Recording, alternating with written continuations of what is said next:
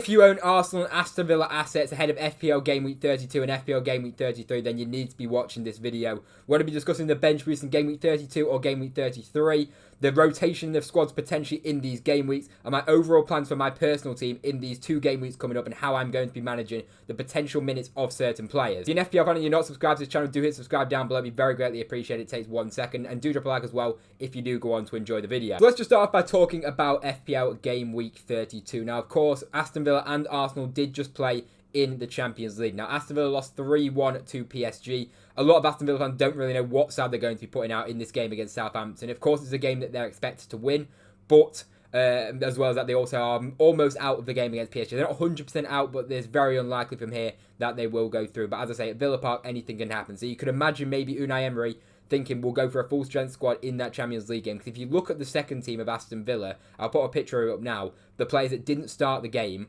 then it's not ideal in terms of the quality of the players that are on the bench for Aston Villa. You look at it and think they've got, if they played them against Southampton in Game Week 32, they have every chance of winning the game still, because Southampton realistically aren't a great side in the slide. They're literally going to break the Premier League points record in terms of how low you can get in a points total in a Premier League season. So in terms of that aspect, Aston Villa could very well rotate in that game and just go all out for that PSG game, which, as I say, is unlikely they will go through. But with that, in terms of options, of course, we own a Morgan Rogers. He started pretty much most games when he's been fit in terms of in the Premier League and in the Champions League for Unai Emery. He's pretty much Unai Emery's #1 guy in terms of an attacking player for Aston Villa. But then, as well as that, you've also got players like Konsa, who could be in and out of the side. He started the game in the Champions League, so we're not sure on Ezri Konsa. And then you might have an Asensio, could come back into the team because he didn't start the game against PSG. So there's a lot of question marks about Aston Villa, and it's just about getting it right. But the last thing you want to do is hit a bench boost, have like an Ezri Konsa on your bench, or have a Morgan Rogers, and they don't even play in the game, or they end up just coming on for a 1-pointer. You want to be maximising, of course, that bench boost and getting the most points out of it. Now, as I say, it's up in the air. I cannot call anything. I mean, Morgan Rogers, we can go off the fact that he started pretty much every single game he's been fit for Aston Villa. So we can go off that and think he'll start again and maybe get an early substitution ready for that game against PSG. Or you could just think Unai Emery could just rotate that team completely, and then he'd have no first-team players in terms of the FPL assets that we own. But then there's also Ollie Watkins, who was on the bench as well, so Ollie Watkins could potentially start that game in 32. Asensio was on the bench as well. Quite a lot of strong Aston Villa assets were actually on the bench in that game in the Champions League against PSG. As for Arsenal, of course, they won in the Champions League against Real Madrid, which is a big win for them, and you can definitely make a point for that game against Brentford in Game Week 32. They might just go full second team. If you look at the league table, Arsenal are very unlikely to drop out of the Champions League. They've pretty much got no chance of winning the league as well. So they're pretty much kind of in limbo in the Premier League in terms of their fate's already been sealed pretty much in terms of how they're going to end up at the end of the season. And their only real silverware, I said this earlier on, the only real chance of silverware, of course, now is the Champions League. So, of course, they expect, or you expect Arsenal now to go all out for that Champions League, especially being 3-0 up against Real Madrid. You can honestly make a point for Arsenal completely resting that first team, or just starting a few of the first team players and subbing them off early. But it's not ideal. It's not an ideal situation if you're owning Arsenal assets. Now, player like Saliba, could he start the game? Yes, or could he just not start at all? With Saliba, he kind of either start the game, I feel, or you just wouldn't play in the game at all. But it's not ideal then if you're on a bench boost, Saliba then doesn't play the game. Now, as I say, Saliba's pretty much played every single game again. He's another one that's been fit for Arsenal whenever he's played. Whenever he's been fit, he's always played. As for Bukayo Saka, of course, just coming back from injury, is he going to start the match? He did get substituted off early against Real Madrid, but would Mikel Arteta want to kind of risk him in that game? I'm not so sure, with it just being a game that's, as I say, it's not very much riding on it in terms of the game for Arsenal. There's a lot more riding on that PSG game. So I wouldn't be surprised if Mikel Arteta decided to rest Bukayo Saka, which then, of course, again, puts that puts that bench boost in Game Week 32 in jeopardy. But there could also very well be rotation in Game Week 33 as well for that bench boost. But I do think there's a less likely chance of a kind of more rotation in the Game Week 33 bench boost compared to the Game Week 32 bench boost, in my personal opinion. So as for a bench boost in Game Week 33, of course, it also depends as well. A lot goes into it on the way that you set up your team in the first place. Now, a lot of people kind of have Martinez as their goalkeeper, but as well as that, you can also then use him in Game Week 33 in the bench boost as well. But a lot of people then have also got maybe some Brighton players, some players that they've kind of already prepared for Game Week 32, whoever that be. Because when you're wildcard in Game Week 30 or 31, you always had the plan to bench boost in either 32 or 33 most likely. Now, 32 in terms of the fixtures does look better than 33, But as I say, it kind of depends on the way that you went about it in your personal team. Now, we'll show you my team a bit later on in the video with my personal plan for the bench boost in potentially 32 or 33 and how I would set up for that in my personal team, which is quite a template team, so it'll be quite helpful because a lot of the players that I own, you probably own as well. But then as well as that, you can also get more doublers, of course, for Game Week 33, with there being 4 teams that are playing in double Game Week 33, compared to, of course, just the 2 teams that are doubling in Game Week 32 in Newcastle and Crystal Palace.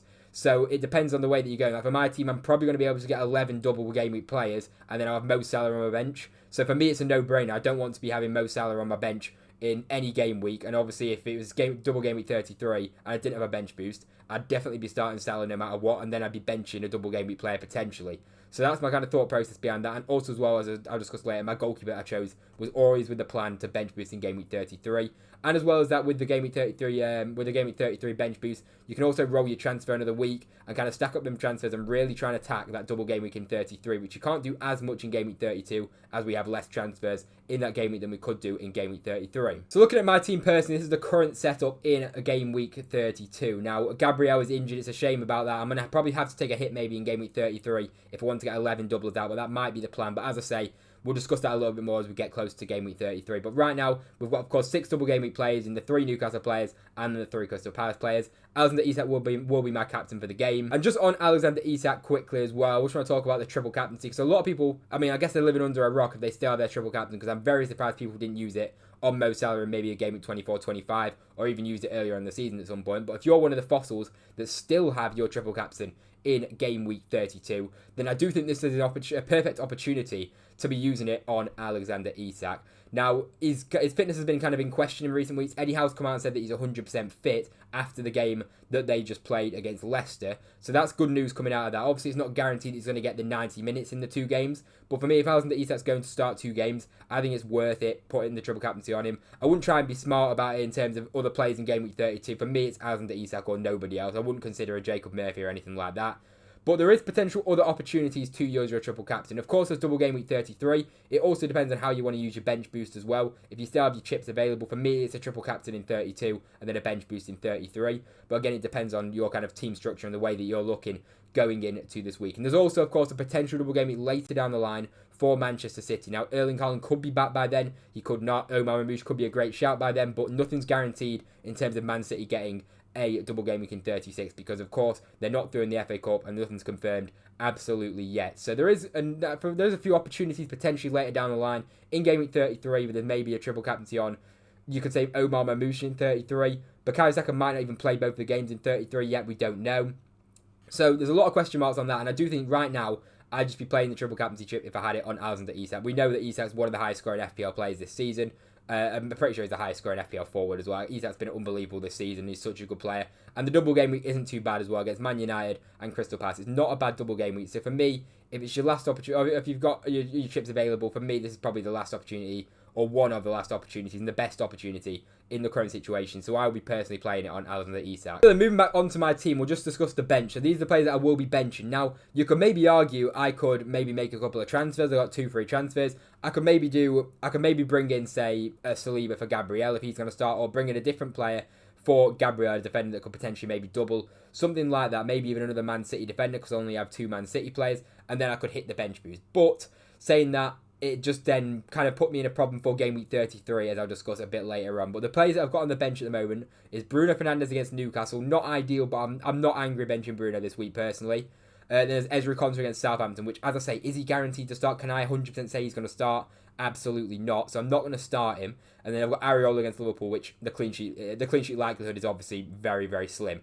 Now, I want to discuss Cole Palmer as well. He got subbed off early just now in the Europa Conference League, which isn't ideal. I mean, I'm getting a bit concerned about him. He got 31 minutes. He's kind of playing, I guess, with an injury. I guess he's coming back from an injury. People are saying like a back injury or something. So I'm seeing on Twitter. But it's very concerning. 31 minutes he got against Brentford. 45 minutes now in the Europa Conference League against Legia Warsaw, where apparently, I didn't watch the game, but apparently he was absolutely dreadful. So Chelsea fans are saying. So he's coming into it in not good form at all. He's looked a bit better, to be fair, once Jackson's come back into the team and since the international break. In the first game back, he did look okay, I guess. But it's not ideal. Is he guaranteed to start? I do think he'll start the game still against Ipswich. But I do think Maresca's actually starting to lose his patience with Cole Palmer. And apparently Madueke came on for Cole Palmer. I'm pretty sure he scored. and apparently he's made a very good impact since coming on as well, which is not really ideal for Cole Palmer. You've got other assets doing alright, and Cole Palmer's been struggling now for weeks on end, it feels like. It's getting a little bit concerning, but then again, Bukayo Saka hasn't also been much better in terms of the fact that his minutes aren't nailed either.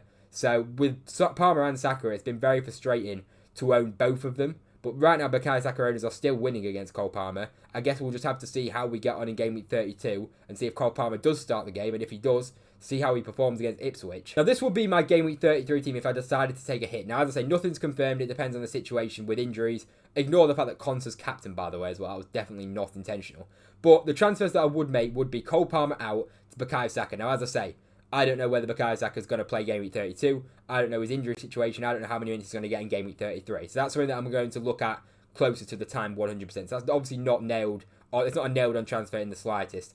Then I will bring in Morgan Rogers, but he's got a lot of fixtures. I discussed it in my last video. If you haven't checked it out, I was going into detail in Aston Villa's fixtures and who I think will get minutes. Morgan Rogers got a very hectic fixture schedule coming up. So I still think it's a decent transfer in for Jacob Murphy for me personally. I still probably am going to be making that move. That's probably the move that I'm most certain on out of all the transfers for me personally.